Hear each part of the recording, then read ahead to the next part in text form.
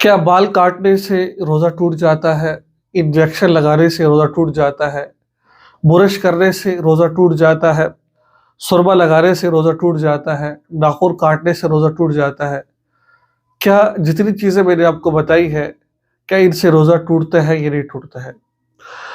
رمضان المبارک کا بابرکت مہینہ چل رہا ہے، ابھی پہلا روزہ ہے آج، تو اس مسئلے کو سمجھ لیجئے، ایسا نہ ہو کہ آپ کی غلطی کی وجہ سے آپ کو روزہ نہ ہو اور آپ سارا دن بھوکے رہے۔ یہ بات ذہن میں رکھیے کہ روزے کی حالت کے اندر انجیکشن لگوانا یہ جائز ہے، اس سے روزہ نہیں ٹوٹتا ہے، ٹھیک ہے؟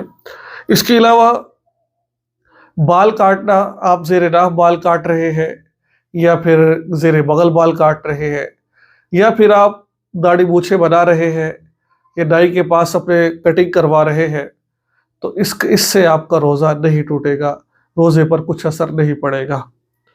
اس طریقے سے سرما لگانے سے بھی روزہ نہیں ٹوٹتا، آپ سرما لگا سکتے ہیں، ٹھیک ہے؟ اس میں کوئی حرج کی بات نہیں ہے۔ نمبر 3، ناخن کاٹنا، ناخن کاٹنے سے بھی روزہ نہیں ٹوٹتا، چاہے آپ پاؤں کے کاٹ رہے ہیں یا پھر ہاتھوں کے کاٹ رہے ہیں، اس سے آپ کو روزہ نہیں ٹوٹے گا۔ نمبر 4، برش کرنا، اس میں کچھ احتیاط ہے، آپ مسواک کر سکتے ہیں، برش آپ خالی کر سکتے ہیں، اگر منجن لگا کے کریں گے یا ٹوتھ پیسٹ لگا کے کریں گے تو اس سے روزہ ٹوٹے گا نہیں، لیکن روزہ مکروہ ہو جائے گا۔